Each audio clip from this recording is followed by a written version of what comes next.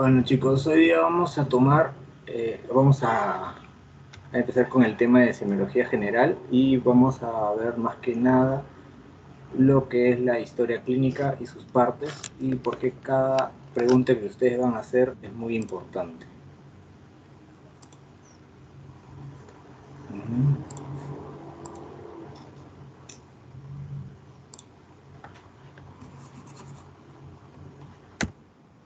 Ya. Los temas, esto ya lo pueden revisar, lo que vamos a hacer. La historia clínica, sus partes. Vamos a empezar con artroscopía, anamnesis, el examen clínico y el examen físico, que se va a dividir en general y regional. La historia clínica. ¿Alguien me puede decir qué es la historia clínica? Es el recojo de información de la salud del paciente. Muy bien, es un recojo de información, muy cierto. Información. ¿Qué más? Tenemos que ponerlo en orden cronológico. Exacto, hay que tener un orden cronológico. ¿Qué más?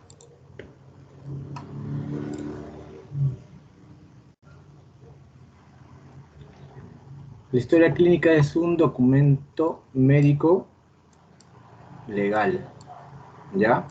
Entonces, todo lo que ustedes escriban aquí tiene que ser real, ¿ya? Porque si ustedes mienten, ponen algo que no es cierto, a ustedes les puede caer la ley, el juez y van a tener problemas. Entonces, todo lo que ustedes escriban aquí tiene validez.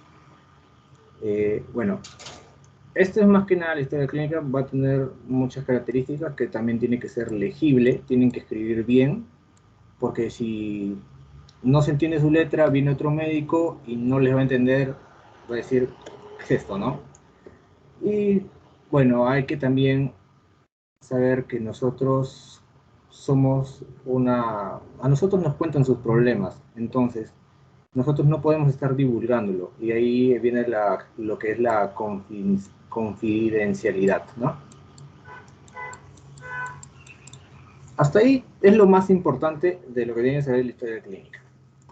Luego de la semiología, ¿qué es la semiología? ¿Alguien me puede decir qué es semiología?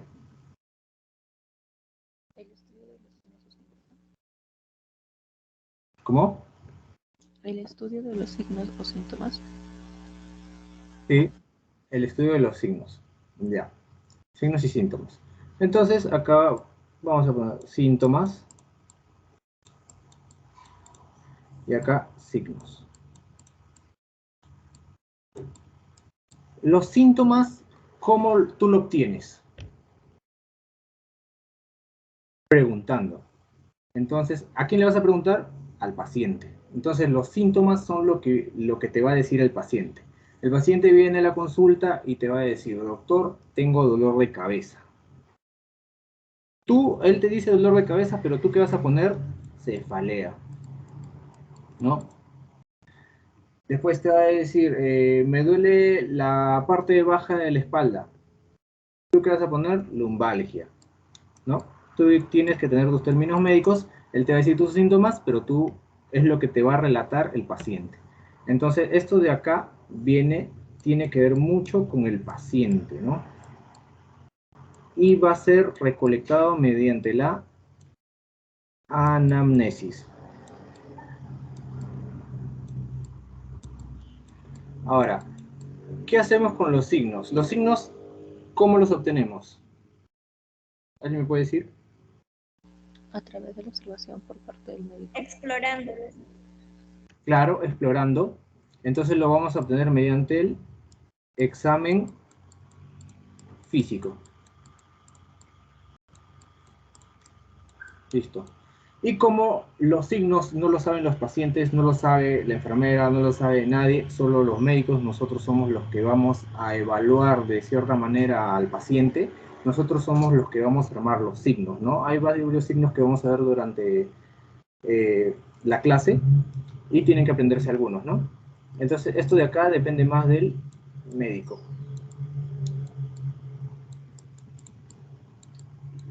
Listo.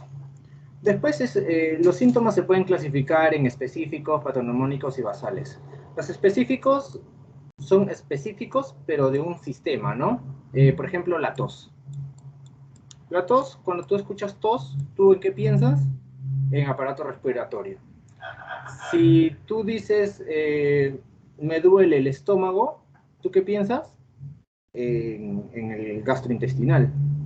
Si tú dices, estoy orinando mal, esto, piensas en nefrología, ¿no? Más o menos ese es el tema, y cada uno tiene signos y síntomas relacionados a un sistema. Ahora, los que más te van a importar son los patognomónicos, porque los patognomónicos son específicos, mucho más específicos de una enfermedad. O sea, no están en todas las enfermedades, sino en una enfermedad más que nada.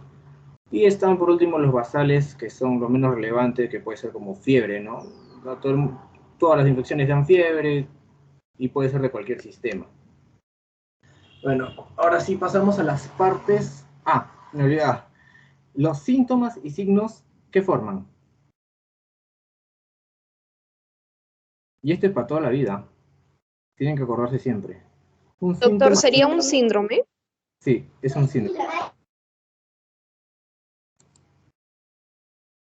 Nosotros vamos a formar síndromes.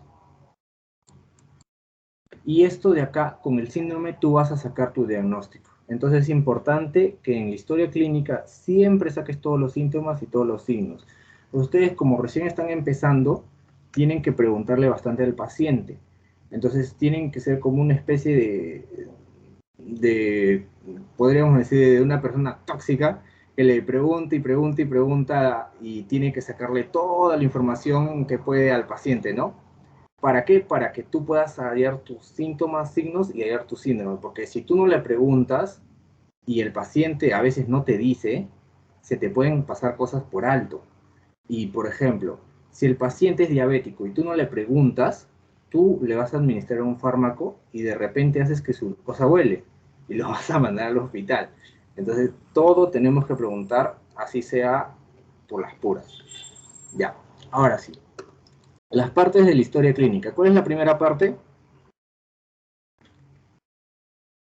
¿Alguien me puede decir cuál es la primera parte de la historia clínica? La afiliación. Es la segunda. Ectoscopía. Ectoscopía.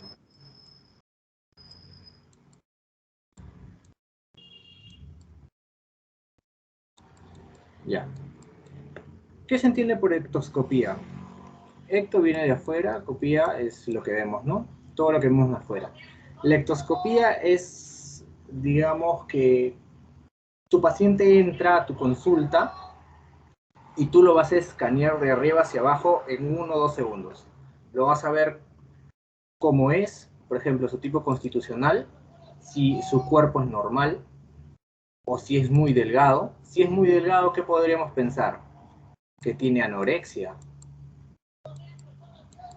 Si es muy delgado, ¿qué podríamos pensar? Y con las manos largas, extremidades largas, muy delgado, el síndrome de Marfan. O que de repente tiene desnutrición, parásitos. Entonces, simplemente al verlo al inicio, ya estamos sacando diferentes diagnósticos. Ahora, si él es obeso, es una persona gordita, ¿qué podríamos pensar? A ver, acá sí alguien que me diga qué enfermedades están relacionadas con el sobrepeso, obesidad. Cardiopatías. Sí, se podría ver cardiopatías porque podría tener aterosclerosis, ¿sí? ¿Qué más? Diabetes, presión Sí, alta. diabetes es lo que más se ve cuando uno es obeso. Esto siempre lo van a ver. Persona que es obesa, ustedes tienen que sacarle glucosa sí o sí porque probablemente tenga diabetes mellitus. ¿Qué más? ¿Qué otra característica tiene diabetes mellitus? Que tiene manchas en el cuello, ¿no? Acantosis nigricans se llama. ¿Ya? Otra persona que pueda ser gordita y esté en este campo. Hipertensión arterial. ¿Cómo? Hipertensión arterial. Sí, también podría tener hipertensión arterial. Sí. Doctor, una consulta. Hipotiroidismo. Exacto, hipotiroidismo. ¿Sí? ¿Quién me quería hacer una consulta?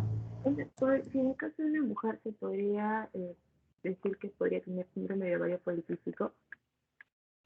Sí, sí, ¿Sí? porque se relaciona a las hormonas y cuando los estrógenos suben, el estrógeno es por, digamos, por el tejido adiposo.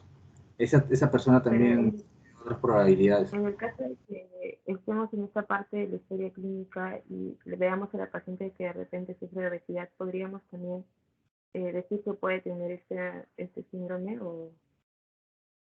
Eh, o sea, como ectoscopía, tú estás pensando nada más. Si tu diagnóstico va por ahí y la paciente ya cuando le estás preguntando, le preguntas, ¿cuál es el motivo de consulta? Ella te va a decir, doctor, mi mes es irregular o tengo muchos sangrados, me duele en esta parte, ya tú empiezas a irte por ese lado y tú vas a sacar, vas a seguir preguntando y examinando esa zona, que es del abdomen, la pelvis, y para confirmar tu diagnóstico vamos a mandarle ya una ecografía. Puede ser abdominal o transvaginal.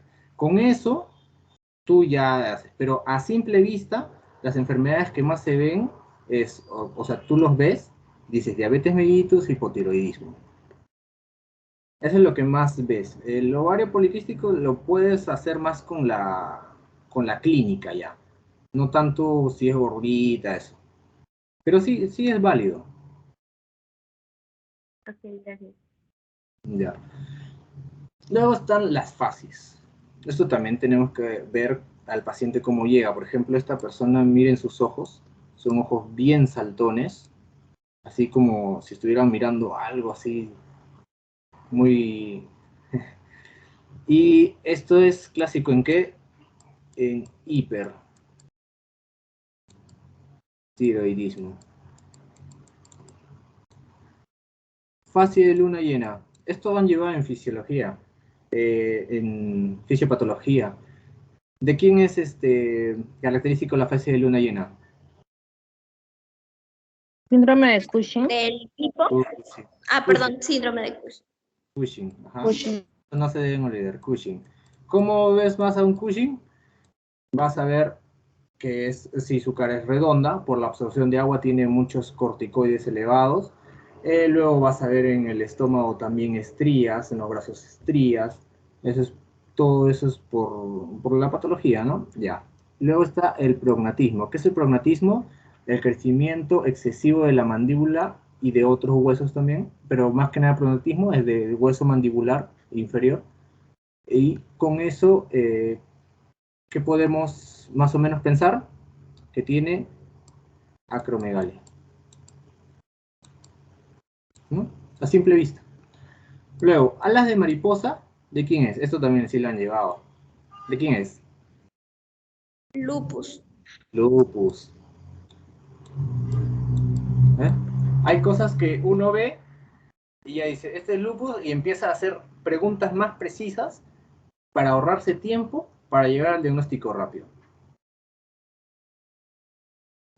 Ya. Luego están las posturas. Las posturas tenemos gatillo de fusil. Esto lo van a ver más o menos en un año en neurología. ¿Por qué? Porque es muy característico de las meningitis.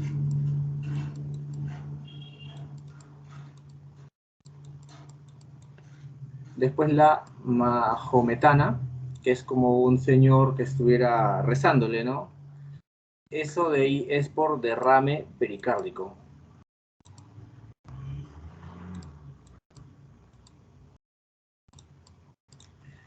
Y la postura de pie, que, bueno, se ve más que nada en lo que es el Parkinson, pero en Parkinson tú también tienes que observar algo, que son los temblores, ¿no? Se caracterizan mucho porque las manos en reposo están así, temblando, los pies también, y así, listo.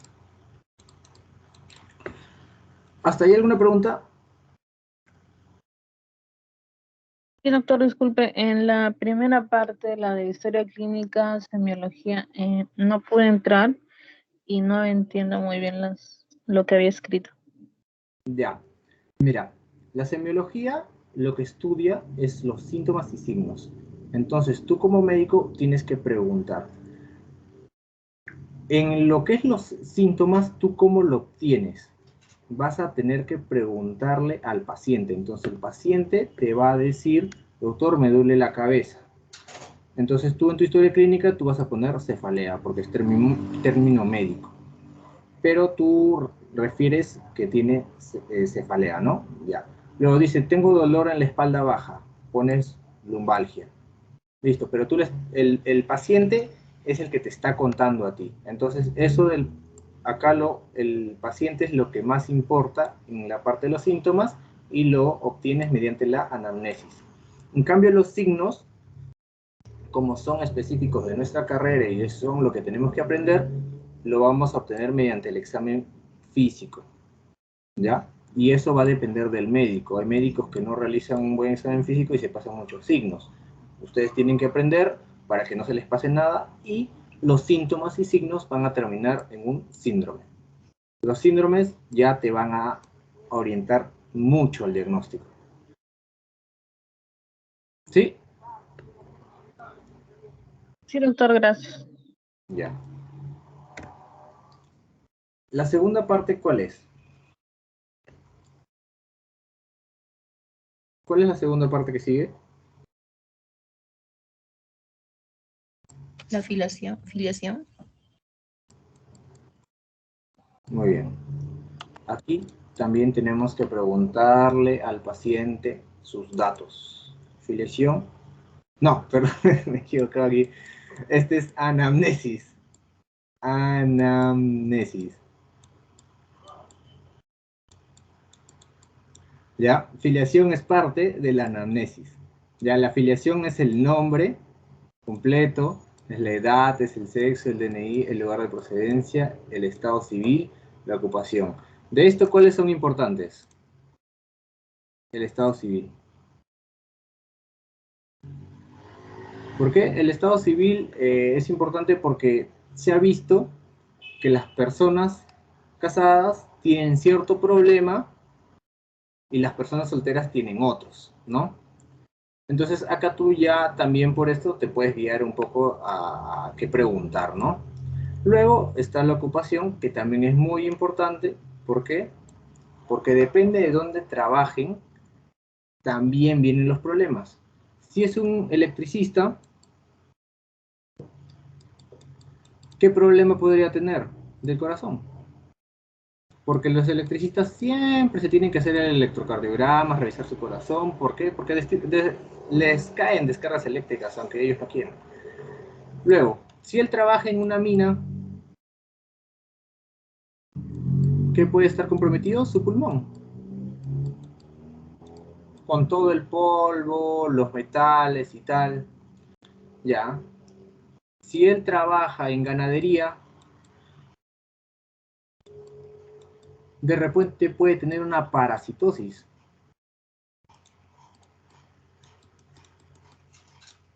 Entonces, dependiendo de todo esto, ustedes también se van al diagnóstico. Por ejemplo, si viene el lugar de procedencia, si viene de la selva, apenas te dice de la selva, tú ya pienses en una enfermedad infecciosa selvática, ¿no? Por ejemplo, malaria, fiebre amarilla. Y luego está otra parte importante, donde ya ustedes le van a preguntar cuál es el motivo de consulta. Esta es la pregunta que siempre tienen que hacer. ¿Cuál es el motivo de consulta? Y ahí el paciente va a empezar a hablar por sí solo. Va a decir, doctor, me duele la cabeza, doctor, me duele el cuerpo, doctor, he comido algo, me ha caído mal, tal y tal y tal, esos síntomas. ¿Ok? Luego tienen que preguntar desde cuándo. Lleva 2 semanas, 3 semanas, justo ayer me dio fiebre, y tiene que haber un tiempo cronológico, todo tiene que estar ordenado. Si hace 2 semanas le empezó a doler la cabeza y hoy día recién tuvo fiebre, todo eso se tiene que apuntar con día específico. Así vemos cómo es la evolución, porque hay una forma de inicio que es brusco o insidioso. El brusco es al toque, rapidito. O sea, ahorita estoy caminando y de repente, ¡pum!, me desmayo, ¿no? Me llegan a la clínica, brusco. Insidioso, hace un mes me empezó a doler la espalda, fue poco a poco, ayer me duele un poquito más. Curso de la enfermedad, progresivo, episódico, estacionario. Esto también tienen que saberlo. Y bueno, el relato cronológico es más que nada ya la unión de todo esto, ¿no? De tanto paciente, varón de 25 años, llega a consulta por presentar dolor de cabeza, tal. Ese es el relato cronológico. Ahorita lo vamos a ver en el Word, donde no sé si si se los he pasado para que lo vean. O si no, los vemos ahorita. A ver. Ya, el primero es ectoscopía. ¿Esto ya les quedó claro? Sí, ¿no? La ectoscopía.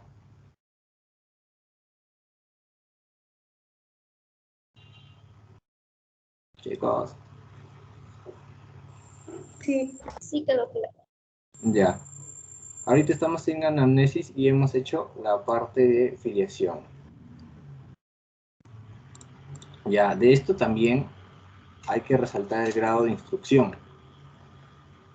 Porque si una persona no es instruida, es analfabeta, muchas veces no sigue el tratamiento. Entonces hay que hacerles entender, ¿no? Luego también es importante la religión. Hay diferentes culturas, de diferentes religiones, que no aceptan sangre y tú no le puedes obligar. Tú puedes persuadirlo, pero tú no puedes hacer nada en contra de lo que él diga. Si él te dice que no, es no, y no lo puedes hacer. Ya verás una forma de decirle a sus padres, a otra persona que lo convenzan, pero tú no puedes hacer nada, si no te vas a andar un problema. Luego está la enfermedad actual, esto ya lo vimos también, y funciones biológicas, ya. Entonces, ya. En funciones biológicas vamos a tener esta memotecnia, para que nunca se olviden que es soda azúcar. La S es de sed, la O de orina, la D de deposiciones y la A de apetito. Luego está el sueño y los cambios ponderales. Eso también siempre lo tienen que preguntar. ¿Por qué la sed? Hay que ver si el paciente está hidratado o deshidratado. Si está deshidratado, va a tener problema de electrolitos. Si está muy hidratado y no orina, puede tener algo que no, o sea, algo obstruyendo la vía urinaria. Puede tener una infección, puede tener prostatitis, ¿ya? O de repente no está orinando y está reteniendo el líquido y se está formando edemas en diferentes partes del cuerpo. Igualito con la orina. La orina hay que preguntarle de qué color es, si tiene espuma, si ves que tiene sangre, si tiene sangre, si es sangre pura o si es coágulos o todo lo que tiene referente a la orina, ustedes tienen que aprender a preguntar. A ver, la orina con espuma, ¿de qué podría indicarnos? Que la persona es diabética. ¿Proteinuria? Proteinuria. Sí. Hay proteinuria. La espuma es proteínas en orina y eso es característico de un síndrome nefrótico. Entonces ustedes ya van viendo cosas y las relacionan con otras. Ya, en las deposiciones, igualito. Vemos si tiene diarreas, vemos el color de las heces. ¿Por qué? El color de las heces, si es negro, ¿qué es?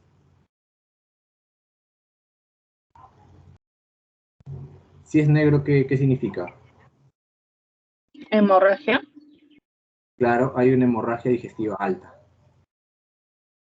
Bien, igualito, hay que ver si ha visto parásitos, hay que ver si esas heces flotan y tienen mal olor, eso se llama esteatorrea, y diferentes otras cosas que van a ir viendo, ¿no? Y luego está el apetito, si es una persona anoréxica, o, bueno, los ancianos son los que menos apetitos tienen para comer, y los niños que son muy especiales, pero las personas, los adolescentes, jóvenes, adultos, la mayoría no tiene problemas. Esto lo ven más en niños y en adultos. Por ejemplo, cuando una persona tiene una infección a la garganta, pierde el apetito, o una infección viral, también pierde el apetito. Ahora, también hay que preguntarle si esa persona duerme bien, cuántas horas duerme, ¿no? Y los cambios ponderales. Los cambios ponderales están muy, pero muy relacionados a cáncer. Ahora, aquí tienen que saber que los cambios ponderales, o sea, la baja de peso, estas personas no lo hacen con esa finalidad. O sea, esa persona come, toma su desayuno, su almuerzo, su cena, pero no gana ni un kilo, es más, baja. Y si baja bastante durante un mes, comiendo todas sus comidas y todo normal, probablemente pueda tener una neoplasia o un cáncer. ¿Sí? Luego, las revisiones de aparatos y sistemas, ya esto también lo vamos a ver, vamos a revisar los diferentes aparatos, sistemas, pero es preguntando más que nada. Y están los antecedentes, aquí también nos vamos a ir, aquí, ya.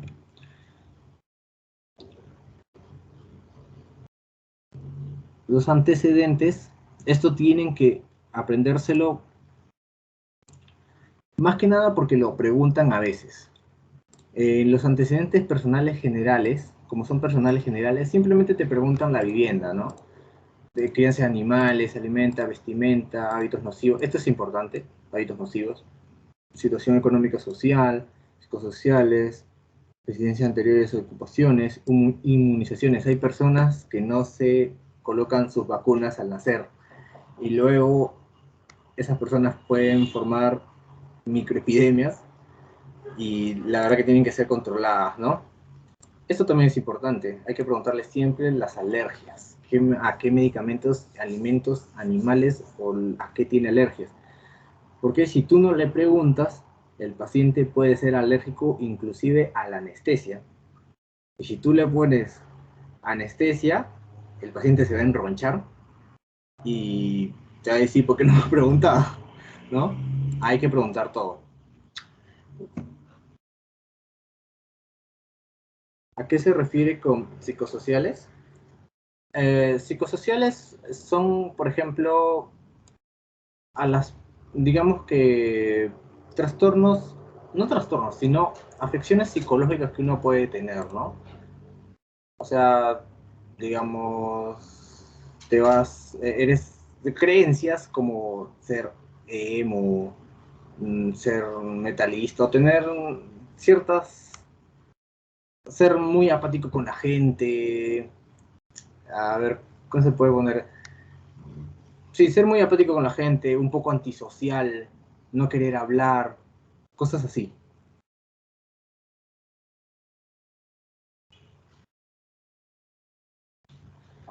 Eh, sí, se subirán las grabaciones. ¿De alguna otra pregunta? Ah, transfusiones sanguíneas. También es importante porque si el paciente tiene hepatitis, tú le vas a preguntar si tiene transfusiones sanguíneas, ¿no? Si tiene SIDA, VIH, también hay que saber, ¿no? Bueno, antecedentes personales fisiológicos. Ya esto sí es un poco, depende, ¿no? De cada paciente. Pero en los prenatales le vas a preguntar cómo fue su gestación, si fue a término, pretérmino y todo eso.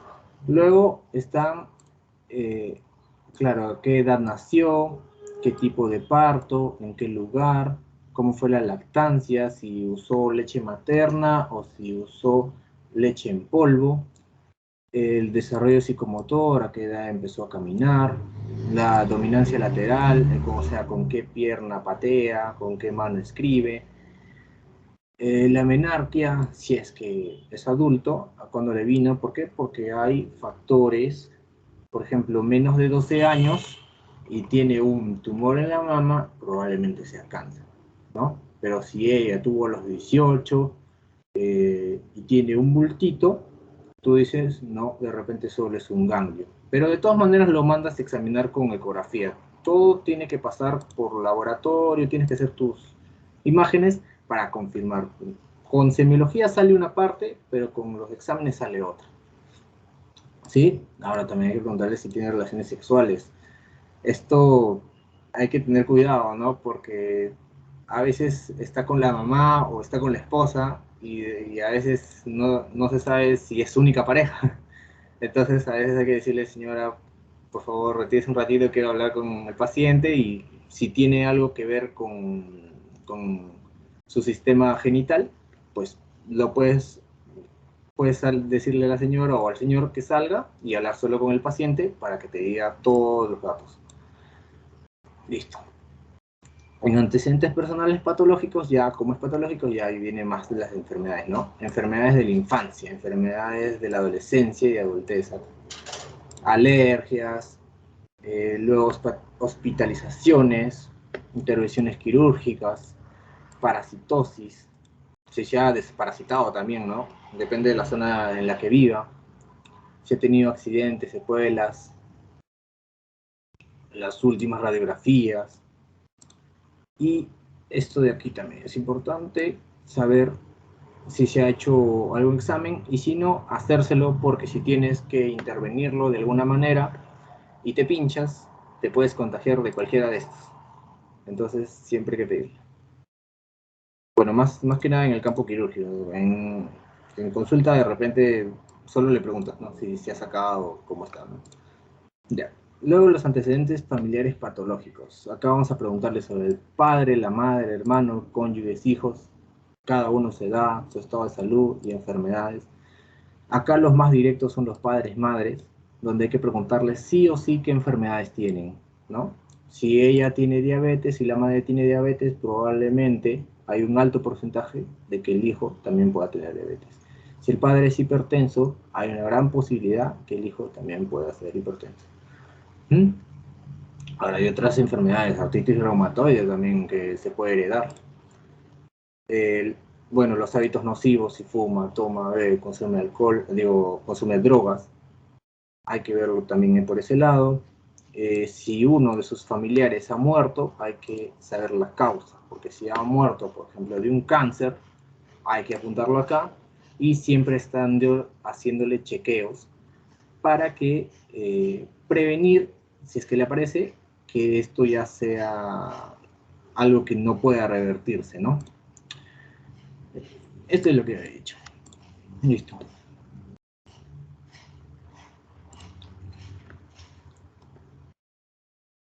Ya, ahora sí, el 3. ¿Qué es el 3? Exploración física. Examen físico. ¿Sí? Examen físico. Examen físico. Aquí vamos a ver que se divide en dos, en general y regional. Y ahorita lo vamos a desglosar todo. Primero vamos a ver el general. Acá ven los aspectos generales, psicomotor y piel y genes. En lo que es el control de signos vitales, hay que, ya vamos a empezar a explorarlo, a tocarlo al paciente, pero de una forma muy sutil, ¿no? La temperatura, vamos a tomar la temperatura. ¿Cuál es la temperatura normal?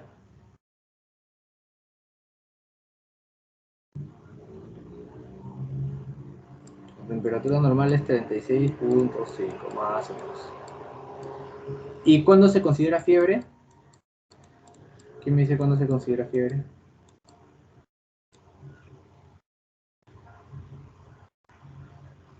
¿38.5? No.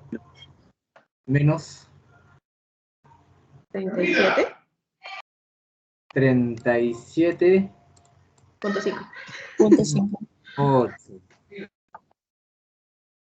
A partir de eso, tú ya puedes decir que tiene fiebre. 37.7, tú dices tiene febrícula. Esos términos también los tienen que aprender.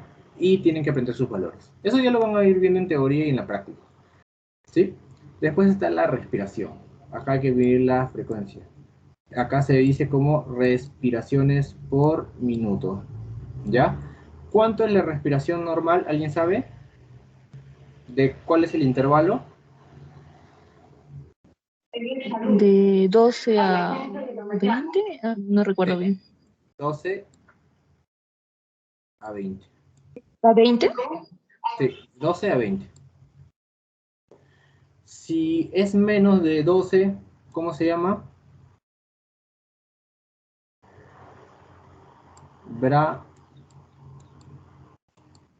Bradipnea. Si es más de 20, taquipnea.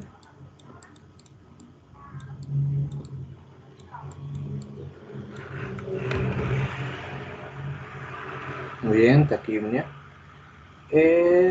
Luego está el pulso, que es la frecuencia cardíaca, pero también hay que ver el ritmo y la intensidad. Esto también cuando vean en la parte de cardiología, van a ver que hay muchas veces que tú tomas en el corazón y tocas acá, en la arteria radial, y vas a ver un segundo de diferencia. Todo eso lo van a ir viendo, pero ahorita lo que más les importa es de cuánto a cuánto va. La frecuencia cardíaca va desde 60 hasta 100. ¿Sí? Luego está la presión arterial. La presión arterial, lo normal es 120, 80. ¿Y a partir de cuándo se considera hipertensión? ¿Alguien sabe?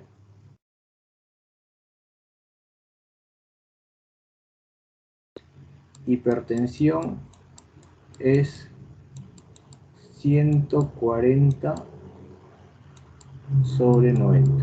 A partir de esos valores ya tú dices hipertenso, pero con una sola medida no puedes. Tienes que hacerlo tu calendario de medidas, por lo menos 1 o 2 semanas, y con eso vas a sacar si es hipertenso o no. Puede estar hipertenso, ¿por qué? Porque ha venido al consultorio, te ve de blanco y de repente ¡pum!, su presión se sube. Síndrome de la bata blanca. Ya. Luego tenemos que ver el peso y la talla. Esto después lo voy a tocar porque también es importante sacarle el IMC, porque la obesidad ya grado 1 ya es considerada una enfermedad inflamatoria crónica. Eso libera citoquinas, libera sustancias inflamatorias, aumenta el estrógeno y es un factor para que una mujer pueda tener cáncer de mama. Luego están los aspectos generales, que estos ustedes lo pueden rellenar: sexo, la raza, la edad aparente, el estado general, el estado nutricional, ¿no? Esto otra vez igual es las fáciles, pero ya con más detenimiento ya te pones a verlo de aquí para allá, ¿no? La gravedad de la enfermedad, los signos y síntomas que te llaman la atención, porque siempre hay unos que... siempre tienes que irte por el principal problema. O sea, el paciente no va a venir hasta que algo le moleste demasiado. Y en la mayoría de casos es el dolor. Así que tienen que aprender a tratar dolor. Todos los fármacos para dolor se los tienen que aprender sí o sí, porque la mayoría vienen por dolor. Tú le das una pastilla para dolor, el paciente se va feliz. Pero tienes que resolverlo lo que hay detrás de ese dolor, ¿no? Y por último, los exámenes de piel y faena. Esto también lo vamos a tocar con más profundidad más adelante. Y ya está. Ahora está el examen físico regional. El examen físico regional se va a ver, muchas veces se va a utilizar estos 4 puntos. Primero la inspección, luego la palpación, la percusión y la auscultación. En la inspección vamos a utilizar nuestros ojos y vamos a verlo detalladamente, todo lo que podemos observar del paciente, ¿no? Hasta si se come las uñas, tiene tics nerviosos, todo tenemos que observar. En la palpación vamos a palpar diferentes zonas, en este caso se ve la tiroides, pero lo que más vamos a utilizar son nuestras manos y tenemos que aprender a tocar al paciente. No lo podemos tocar bruscamente ni tocar por tocar. Todo lo que hacemos es con una finalidad. Luego está la percusión. Esta técnica también la van a aprender más que nada en el tema de neumología, porque van a percutir con sus dos dedos y vamos a ver otras cositas. Ahorita lo vamos a profundizar también, pero más o menos es lo que yo les digo, es que van a tener que aprender esta técnica. ¿Sí? Luego está la ocultación, donde vamos a usar nuestro estetoscopio. Nuestro estetoscopio para auscultar. Podemos auscultar la espalda, los pulmones y el estómago. Y también el cuello y otras partecitas. Acá. Este es importante porque esto ya se los he preguntado y ahora tienen que saberlo. Esto ha sido ya pregunta de años pasados. Siempre lo preguntan. ¿Cómo es el ciclo en el abdomen? ¿Alguien sabe? Eso también lo he puesto de pregunta. Quiero saber si lo han respondido bien. ¿Alguien sabe?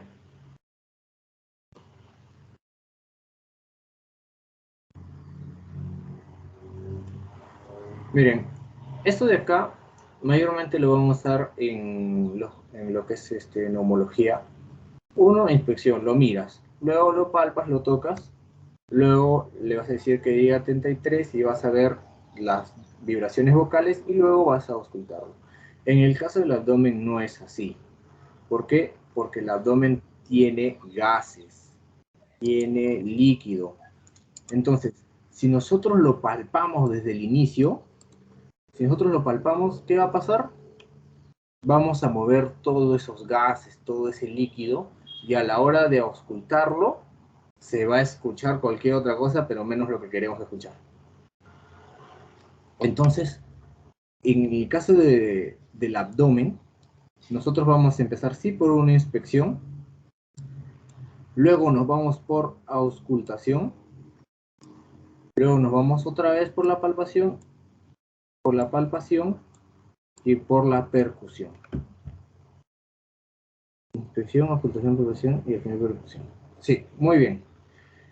Este es el orden. Como les dije, si nosotros inspeccionamos, lo miramos, luego auscultamos y luego lo palpamos, no va a haber problema porque los ruidos hidroaéreos no se van a mover, no va a haber nada y vamos a cumplir los 4 pasos. ¿Sí? Esto de acá hasta en el examen parcial les puede venir.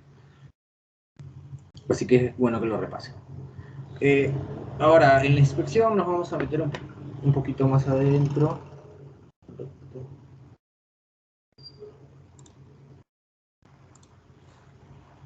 Ya. Hay que ver el estado emocional, ¿no? El estado emocional también es importante, ¿sí? Más que nada para ver si una persona está deprimida, si una persona está ansiosa, si tiene tendencias suicidas. Siempre hay que preguntar.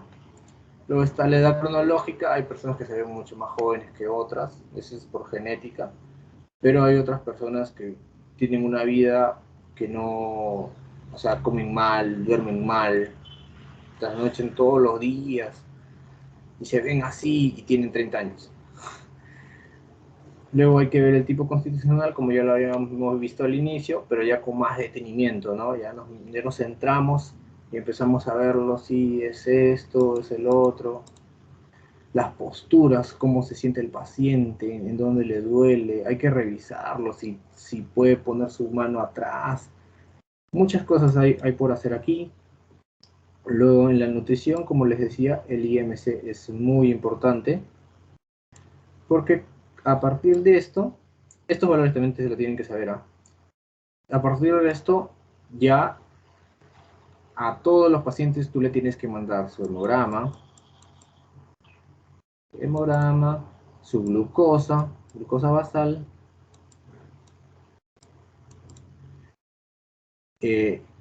triglicéridos y colesterol. Es obligatorio mandarle, porque este paciente puede tener algo, puede estar caminando por la calle y de repente está con todo esto y le aparece un infarto por esto, ¿no? O de repente se desmaya por esto, un coma diabético. Luego, la hidratación, donde vamos a ver, por ejemplo, aquí, si el paciente está deshidratado, nosotros le jalamos la piel y no regresa. Demora en regresar. Lo jalas y se queda ahí, lento, así. En cambio, cuando una persona tiene demasiada ya hidratación, se empieza a ir más que nada a las piernas. Esto también lo van a ver muchísimo. ¿Y por qué? Porque en ancianos se ve mucho en la insuficiencia cardíaca. Es la principal patología en ancianos o adulto mayor que nos va a dar edema en piernas. Y esto lo han preguntado en examen de salud. ¿Sí? También tienen que saber esto. ¿Esto cómo se llama? ¿Nadie me puede decir?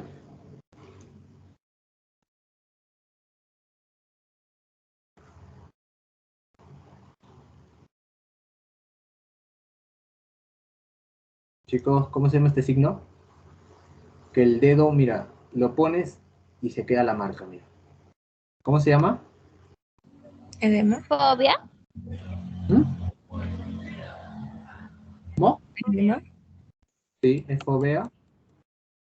Fobea. O signo de Godet. ¿Sí? Godet. Positivo. Ya depende de qué intensidad ya le ponen más cruces, ¿no? Más cruces. Esto está ligado a síndrome nefrótico, por ejemplo. Entonces ustedes ya ven esto, de síndrome nefrótico, insuficiencia cardíaca, le mandan los exámenes para eso, ¿no? Llegaron a la conclusión, diagnóstico tal, ya está. Luego las fases, hay fases dolorosas, ¿no? Esto más que nada en cama. Luego está la fase anémica. Está todo pálido, blanco, le ves la mucosa, está pálido. Luego la fase mongoloide y la fase cianótica, ¿no? Cuando la lengua se pone azul, ya hay que preocuparse. De todas maneras, todo esto lo van a ir viendo, pero esto sí es importante. Esto han preguntado. En la palpación puede ser superficial, ¿no? Le vamos a tocar más que nada los ganglios. Esto se hace de una manera superficial, despacio. ¿Por qué? Porque los ganglios que son benignos suelen doler mucho. Y nosotros tenemos acá, a este lado, una cadena cervical de ganglios. Por eso que muchos de repente cuando les ha dado una infección de la garganta, han notado que se les ha crecido un ganglio. Ya. Ese ganglio suele bajar y más o menos en 3-4 semanas, ¿no? Con antibióticos. Pero hay que tocarlo despacito, medirlo despacito. Ya. En cambio la profunda, acá sí, ¿no? En el abdomen, por ejemplo, nosotros tenemos un abdomen, lo dividimos en los cuadrantes. Este es derecho, este es izquierdo, acá está el hígado, ¿no? Por ejemplo, acá nosotros lo tocamos para ver que si hay una colecistitis. Si hay una vesícula que tiene unos cálculos, ya, tocamos acá y luego vamos pasando por acá, por estos cuadrantes, ¿no? Ahí sí la palpación tiene que ser profunda, porque tenemos que llegar a tocar los órganos, ¿no? Acá también puedes ver el reborde del hígado. Si lo puedes tocar, dices, está muy grande. O puedes acá ver el vaso, esplenomegalia. Y también se divide en monomanual, que es con una mano. Por ejemplo, en el edema, lo pones tu dedo y ya está, ¿no? Lo estás tocando, pero... Y bimanual ya cuando tocas los dos. ¿Qué signo es este? ¿Este les han enseñado todavía? Esto se ve en ascitis. ¿Alguien sabe?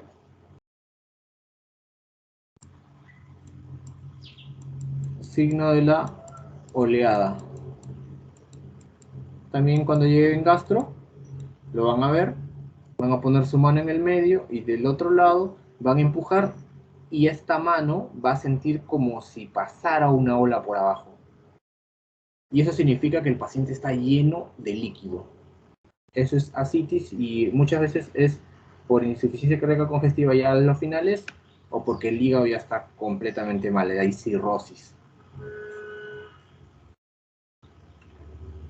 ¿Ya? Ahora, en percusión vamos a ver esto de sonoridad. Es en un pulmón airado, la intensidad fuerte, tono bajo y duración prolongada, ¿no? Claro pulmonar es un ruido a la percusión fisiológica, es normal. El timpanismo, esto sí es importante, la matidez también es importante, la submatidez también es importante y la hipersonoridad. Todos estos van a preguntar siempre, siempre, siempre, siempre. Timpanismo, como se recuerden a un tambor, ¿sí? Cuando tú tocas, suena, ¿no? Entonces con tu mano vas a hacer así y vas a sentir como si estuvieras golpeando un tambor, ¿no? Tono de tambor ahí está. Se puede hacer tanto en el pulmón como en vísceras huecas.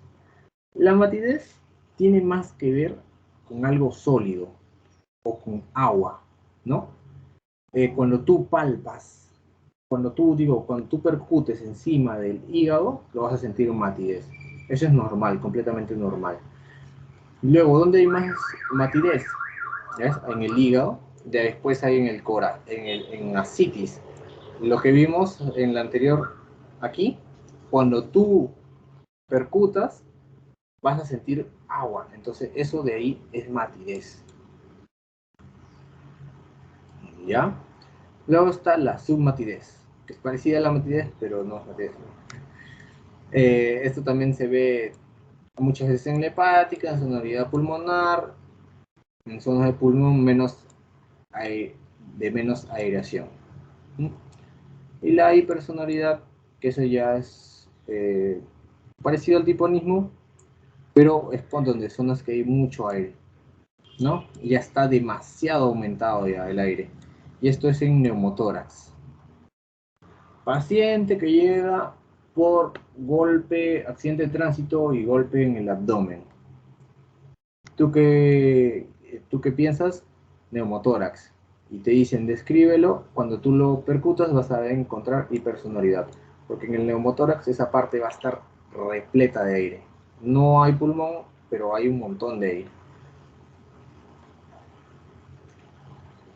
Por último, en la auscultación, como vamos a usar nuestro estetoscopio, también podemos usar nuestro oído, pero digamos que no se escucha casi nada. Ya, yo lo he probado y no se escucha mucho. En cambio, con un estetoscopio, más que nada el Litmo, sí se escucha muy bien. Esta es la forma correcta de auscultar los pulmones. Vas a ir desde arriba hacia abajo, comparando campos pulmonares, izquierda a derecha, y en esta forma, ¿no? Ahora, ¿por qué no entro en esta parte? ¿Alguien sabe por qué no entro en esta parte? No se duerman. Chicos, si no se ausculten estas partes, es por el hecho de que acá está la escápula. Y acá hay mucho músculo, muchas cosas. Entonces, si tú lo pones acá, no vas a escuchar el pulmón. Acá sí lo vas a escuchar. Acá, y inclusive te puedes ir un poquito para este lado, acá lateral. ¿Sí? Ahora, los ruidos pulmonares anormales. Esto también se lo tienen que aprender. Ya lo vamos a tocar en neumología, pero se lo tienen que aprender. El roncus, el estridor, los stertores, las sibilancias. Esto de acá es lo más común que van a ver en asma. Cuando el paciente hace así, va a respirar y cuando va a botar, ustedes van a escuchar un pitido. Ya, esa es sibilancia. Eso lo van a escuchar también en sus clases. De crépitos. Los crépitos, siempre que te digan crépitos, tienes que pensar en neumonía. Esto lo han preguntado en salud también. Estos no, pero estos dos sí. Te dicen, paciente que viene con crépitos, ¿usted qué piensa? Neumonía. Ya. Y frote pleural cuando hay derrame pleural, ¿no? Pero yo le digo, ya lo vamos a ir viendo, lo van a volver a repasar. Estos son las runas normales. Un murmullo vesicular, van a notar cómo suena. O ruidos hidroaéreos del estómago. Los ruidos cardíacos, todo lo que es latidos. Y los ruidos intestinales, ¿no? Como ven la contracción y todo.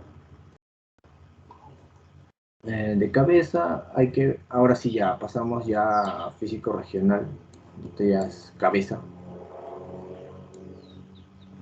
Vamos a ver la forma del cráneo, el tamaño, más que nada para ver si tiene hidrocefalia, ¿no? Si tiene mucho líquido en su cabeza. Es exostosis y dolor. La región orbitaria y frente. ¿Por qué? Porque vamos a evaluar este nervio. ¿Quién sabe qué nervio es este? Facial. Muy bien. El facial es el nervio que inerva toda la cara. Entonces hay que evaluarlo de la forma diciéndole sube los ojos, sube las cejas, mueve, quiñe el ojo, todo. Ya, ahí estás viendo el nervio facial. Luego también hay que ver el examen ocular, las cejas, si tiene cejas, si no tiene cejas, los párpados, si están hinchados, si están caídos, el aparato lacrimal. Esto más lo vas a ver en ancianos o en motociclistas también. Los ancianos suelen perder un poco la forma de botar lágrimas, el ojo se pone bien seco y llegan a tu consulta y te dicen, doctor, no tengo lágrimas, y tú le vas a dar una receta para unas lágrimas artificiales que las puede comprar, ¿no? Y los motociclistas también, motociclistas que no usan lentes y van a altas velocidades, todo le cae a los ojos, todo. Por eso que les obligan a usar lentes, pero no hacen caso. Luego está el globo ocular, los movimientos oculares para ver todos estos pares, ¿no? El patético.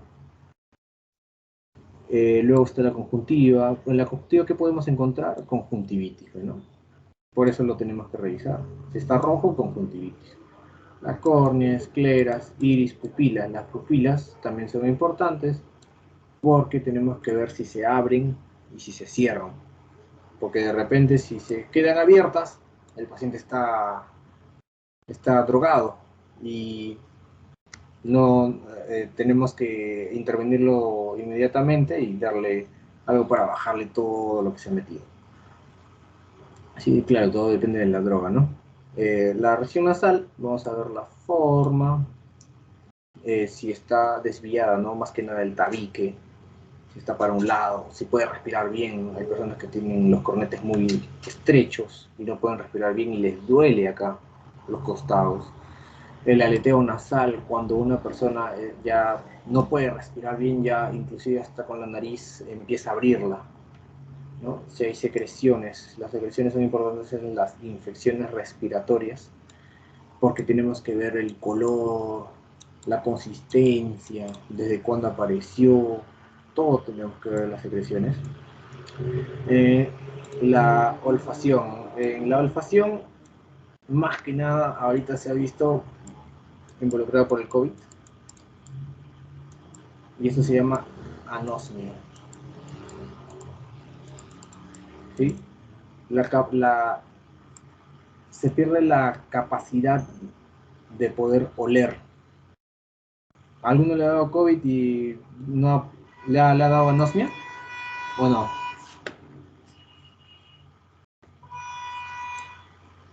A mí, por ejemplo, no me ha dado. Pero yo sí he escuchado a muchos que sí le ha dado. Y eso es progresivo, ¿no? A algunas personas les pasa más rápido que a otras. Luego hay que ver los senos paranasales, viendo los puntos dolorosos. Hay que tocarlos en ciertos puntos para ver los senos paranasales. ¿Sí? La región oral, ver los labios, de qué color están los labios, si están resecos. La mucosa oral también hay que ver si están resecas, por eso nos puede indicar una deshidratación, ¿no? Luego la lengua, de qué color está, si tiene granitos en la lengua, cosas por el estilo. Luego está el paladar, para ver hasta el fondo, las amígdalas, y ver si tiene alguna enfermedad, por ejemplo la cándida, ¿no? La cándida, candidiasis. Y las encías si sangran. Esto nos puede orientar a un problema de coagulación. ¿Sí? Entonces todo esto tenemos que llenar para ver qué problemas tiene. Luego pasamos al cuello, que es la inspección. Vamos a ver en qué posición está, si está muy adelante, si está muy atrás, si está de costado, la longitud, la forma, si tiene cicatrices, tumoraciones, que es lo más importante, ver las tumoraciones, los tirajes. ¿Dónde encontramos tirajes? En personas de insuficiencia respiratoria. Como no pueden respirar bien, empiezan a hacer y empiezan a tirar con todo el cuerpo, ¿no? Eso es porque ya su pulmón ya no da. Movilidad activa y pasiva. Listo. En palpación, vamos a tocar si hay masas, el tono del cuello, si hay rigidez de los músculos, más que nada en la parte de atrás, en la nuca, y puntos dolorosos. La tráquea vamos a evaluar su posición, movilidad, la tiroides, que también es muy vista. Hay que ver su tamaño siempre, si es simétrico, su consistencia, sensibilidad y, lo más importante, nódulos. Estos nódulos siempre hay que verlos porque van a hacer que una persona, si es un nódulo y empieza a crecer, va a hacer que la tiroides sea más grande, entonces va a empezar a hacer un hipertiroidismo, va a empezar a secretar más T4, T3 y la persona se va a ver afectada, ¿no? La ocultación en el cuello, vamos a ver latidos tanto carotídeos como yugulares, y eso lo vamos a ver en cardio también, y los soplos, ¿sí? En vascular vemos el pulso venoso y carotídeo. Ya. Ahora, esto también se ha preguntado bastante. Más que nada en pasitos, sí ha venido también en exámenes. El bocio, como le pongo acá, se divide así. Hay un triángulo anterior, este es el triángulo anterior, ¿ya? La tumoración del triángulo anterior por debajo del cartílago cricoides es el bocio. O sea, es la tiroides, pero crecida. ¿Sí? Esto ya lo han preguntado. La forma de palparlo es con la maniobra Kervain, que es pararnos detrás del paciente, agarrarlo y con nuestras manos palparlo suavemente para tocar nódulos, para palpar la tiroides y demás. En la maniobra de la Hey, sí nos vamos a parar delante de él, con un lado vamos a mover un poquito el ataque y vamos a empezar a palpar con la otra mano la tiroides, ¿sí? Esto también, si pueden aprenderlo, sería genial porque ustedes tienen que clasificarlo y siempre la clasificación es importante porque esto se va a poner en la historia clínica. Esto se pone en la historia clínica. ¿Qué grado es de bocio? Si no hay bocio, pones 0. Si hay tiroides palpable, pones 1. Si hay bocio palpable pero no visible, se pone 1A, Si hay bocio palpable y visible con cuello en extensión, se incluyen los nodos de la tiroides, ya 1B, y así sucesivamente, ¿no? Esto lo pueden repasar ustedes ya en sus tiempos libres, agarrar este cuadrito, llevarlo a todos lados y aprenderse. Pero esto sí tienen que saberlo. La tumoración del triángulo anterior por debajo del cartílago picoides es el bocio. La región mamaria, esta también la vamos a inspeccionar y palpar. Y como consejo, siempre que van a examinar a una mujer, en especial si es la mama, tiene que haber una enfermera presente para que no sea tan incómodo para la paciente, porque ya se ha visto que hay incomodidad por los pacientes, entonces siempre con una enfermera, ¿sí? Ya, entonces aquí vamos a evaluar el volumen, la simetría de ambos lados, tanto izquierdo o derecho, el color, el contorno, el aspecto de la piel, si hay retracción. Esto de aquí es importante porque la retracción de pezón se ve mucho en lo que es cáncer, retracción de pezón, ¿sí? Después vemos la aureola, la correlación. Si hay secreciones también es importante. Hay personas que no están embarazadas y les sale leche. Tú puedes pensar en galactorrea, ¿no? Y vas investigando por ese lado, porque se produce, si hay es la hipófisis o si es acá la glándula que ha crecido, muchas cosas. Y la inversión del pezón también es algo que te puede indicar que es algo neoplásico. Ahora, en la palpación vamos a ver la textura, consistencia, elasticidad, dimensiones y la relación con estructuras vecinas. Ya. Ahora, en esta imagen, las mujeres siempre tienen que hacerse palpar esta parte. ¿Por qué? Porque acá hay una cadena de ganglios. Y este cuadrante es el que más está relacionado a cáncer.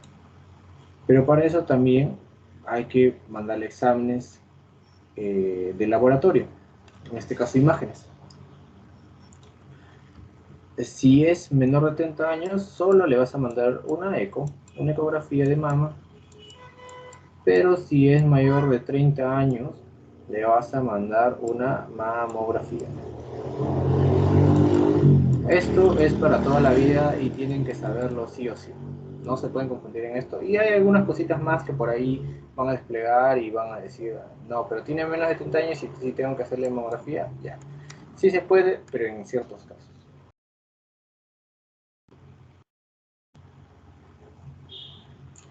Ahora, los nódulos.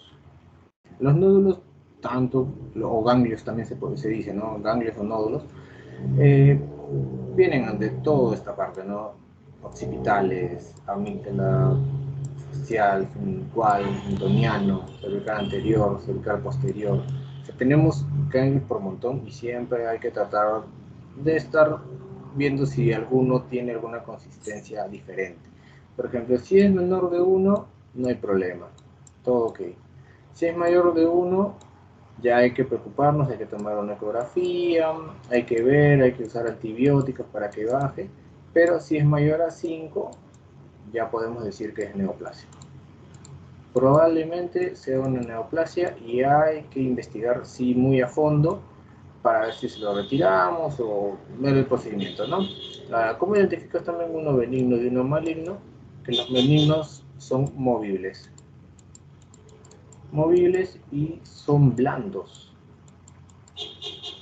Tú lo vas a tocar y va a ser blandito. Pero en cambio un maligno va a ser duro, muy duro.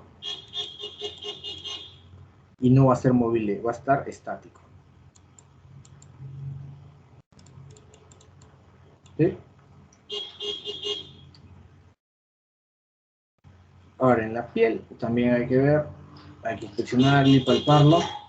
La coloración, pigmentación, esto de la pigmentación hay que verlo también porque hay personas, eso ya lo van a llevar en dermatología, pero sí es bueno inspeccionarlo si tienen adenomas, lunares que crecen, cosas por el estilo. La higiene también, si el cuello está limpio. Esto es más que nada por la acantosis nigricans.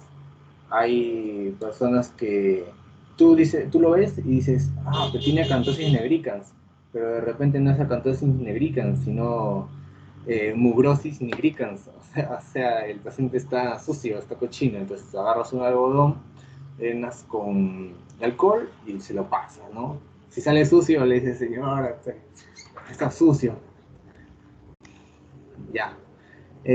Luego hay que ver la palpación para ver la humedad, la textura, la temperatura, la textura del grosor y la presión de la movilidad.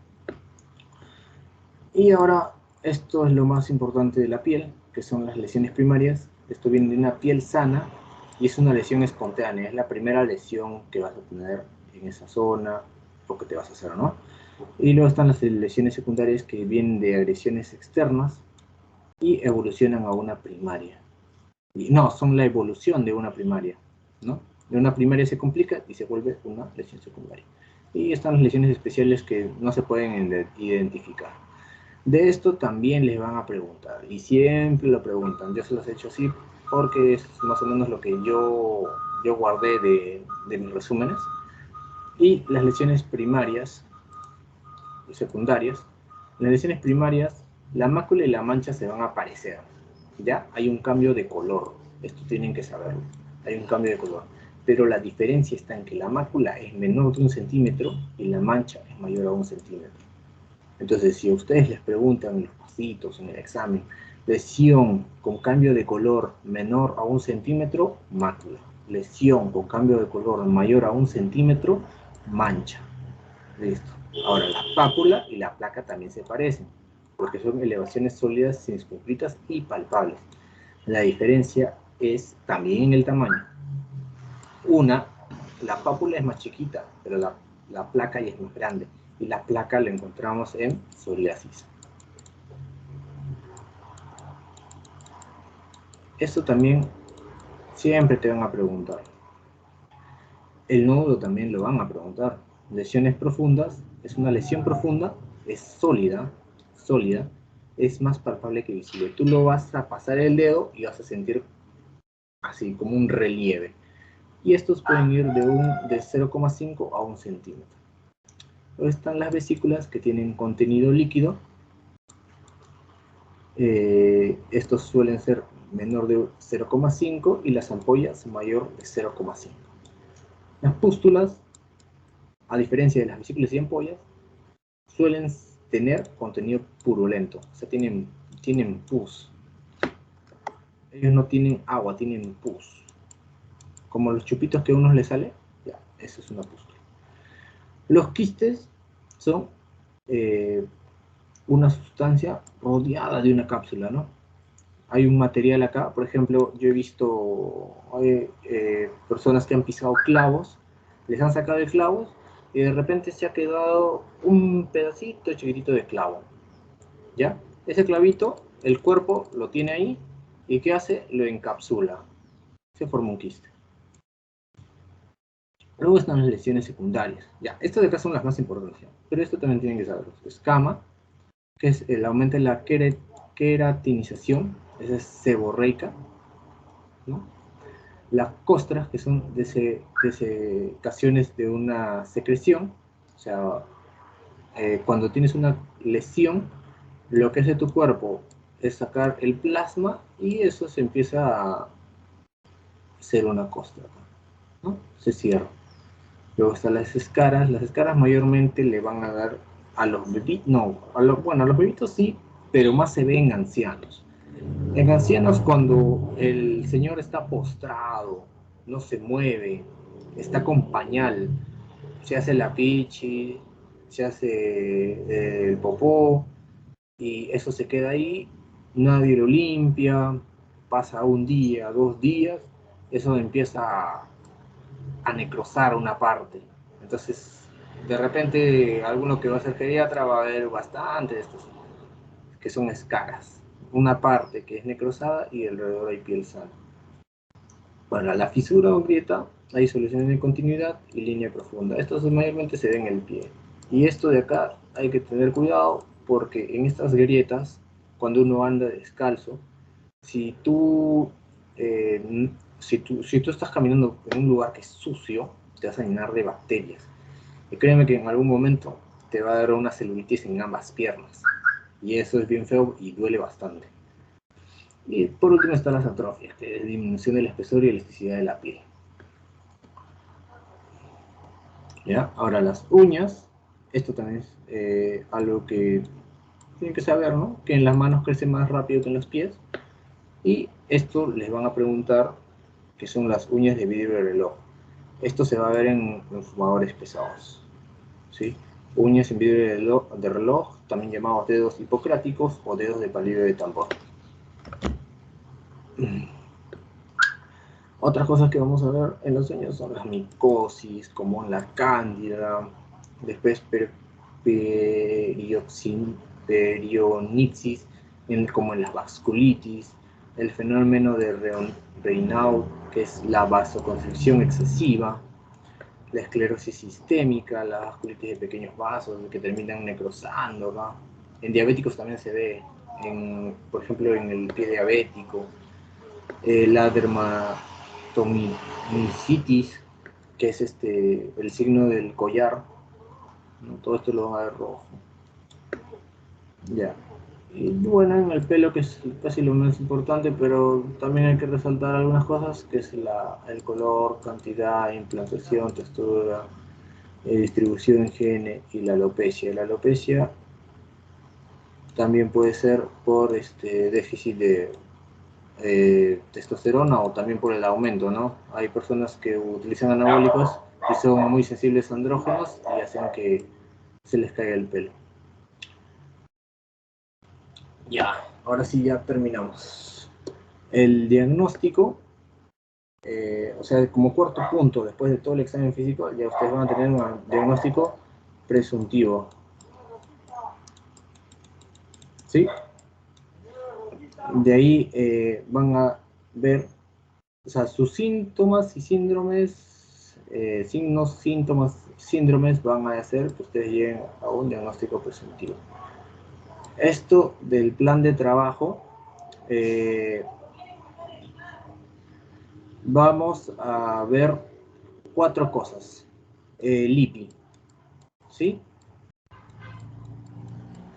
El LIPI es laboratorio,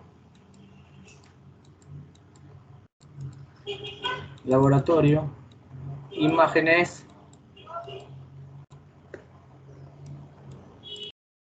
un ratito.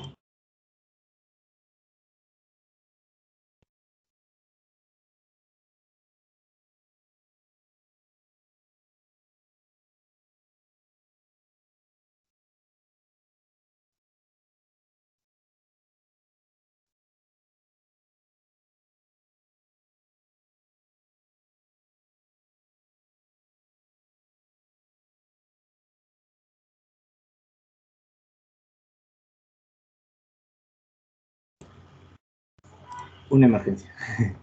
Ya, imágenes,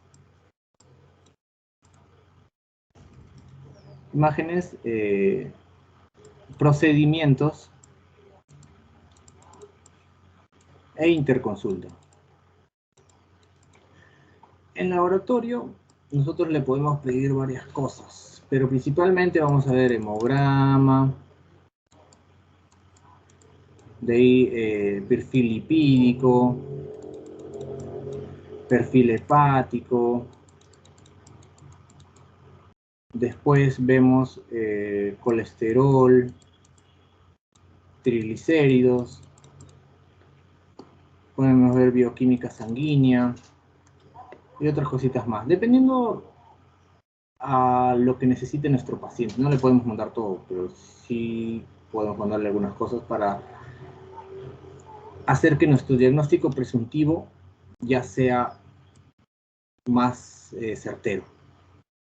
Luego están las imágenes. En las imágenes también podemos usar lo que es la eco, que es muy usada, es lo que más van a usar en lo que es gastrointestinal. Luego pueden hacer una radiografía que es para ver huesos y pulmones. Y luego están los procedimientos, como por ejemplo hacer una toracocentesis, quitar un ñedo, muchas cosas, ¿no? Eso lo vamos a ver poco a poco, pero siempre tiene que acordarte que son 4 LIPI. Ya, y la interconsulta, que es si tienen dudas en algo, nunca deben quedarse callados y preguntar, ya sea a su profesor, y en este caso tiene que ser un colega, ¿no? Si va a gastroenterología, ya le preguntan gastroenterología. Si tienes problemas con el pulmón, ya neumología. ¿Sí? Tienen que preguntar para estar seguros, porque ellos son especialistas y hay algunas cosas que nosotros vamos a tratar muy bien, pero hay algunas que siempre nos va a faltar y en esas cosas siempre podemos preguntar. ¿Ya? El tratamiento también va a ser, dependiendo del diagnóstico presuntivo y de las molestias, va a ser por la sintomatología principal, es por lo que nosotros vamos a darle un tratamiento. La evolución depende mucho de qué tan bien vaya el paciente. ¿Sí? Esto de acá depende mucho del paciente. Si el paciente evoluciona bien, ya, pues entonces reducimos menos tiempo el tratamiento. Si no, ya pues lo dejamos así hasta que termine y vamos cambiando alguna que otra cosita. Y la epicrisis, que es un resumen de todo lo que hemos hecho, de toda nuestra historia clínica. Nosotros tenemos una epicrisis y eso se lo podemos entregar al paciente. Bueno, todo eso sería la historia clínica. Todo esto lo van a desarrollar, unas partes más que otras, dependiendo de la rama a la que van a tocar. Pero más o menos ya es un resumen de todo lo que hay, ¿no? ¿Alguna pregunta?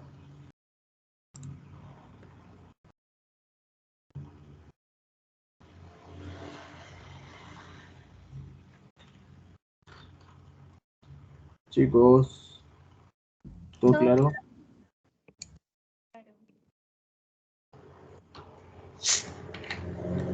Ya. Ya hicieron todo su pretest, ¿no? ¿O alguno no lo ha dado?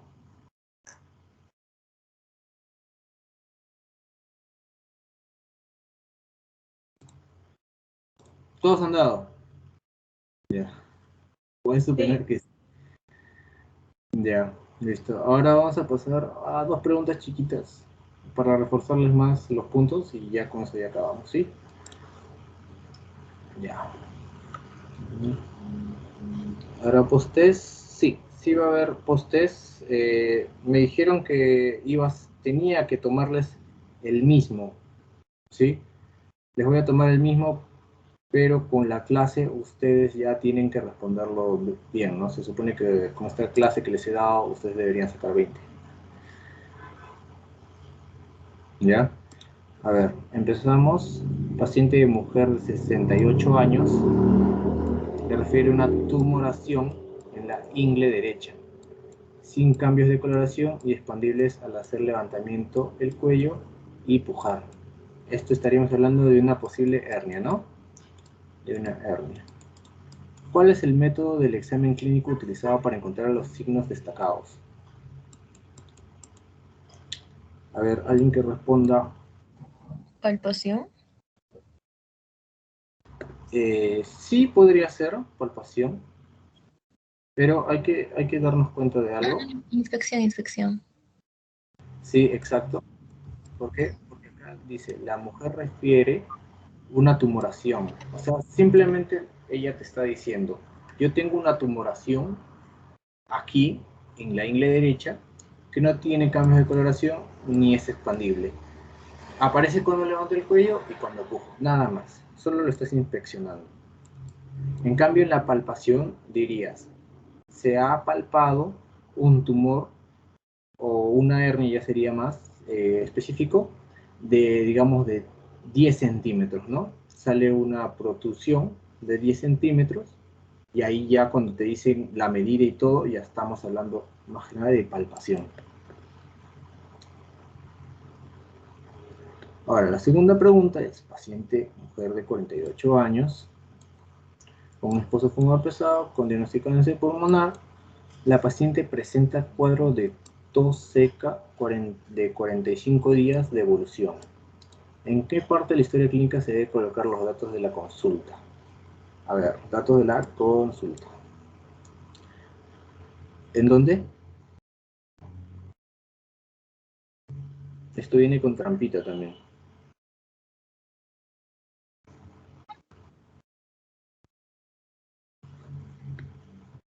Chicos, En los ulti- fisiológicos, última pregunta. Fisiológicas, dice uno. Ya, ¿quién más? Patológicos, familiares. Familiares, ya. ¿Quién más?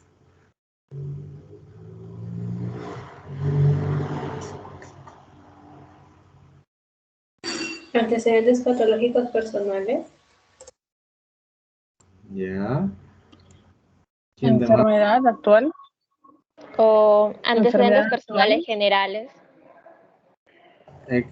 Antecedentes personales generales. Ya, mira, ¿qué había en antecedentes personales generales? Había vivienda y todo, agua, luz.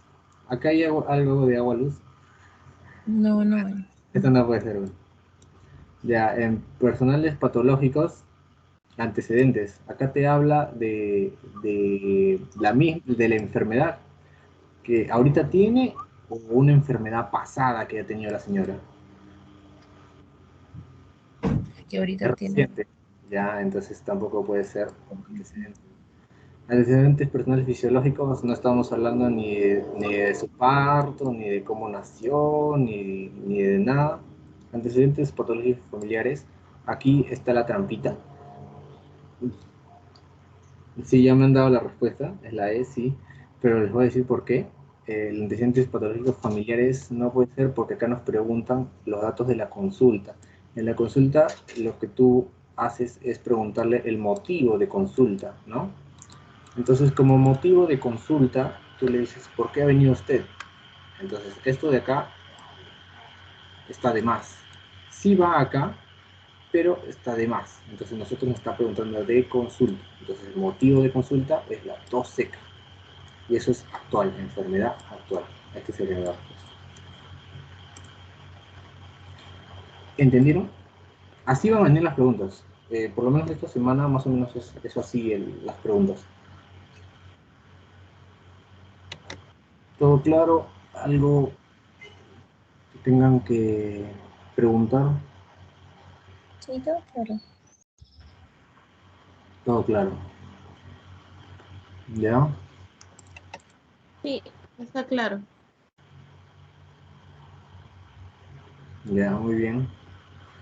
Bueno, entonces chicos, yo les voy a mandar otra vez el pretest en un rato todavía, porque tengo que hacer algo. Y ya con eso estaríamos finalizando el día de hoy, nos reuniríamos el domingo.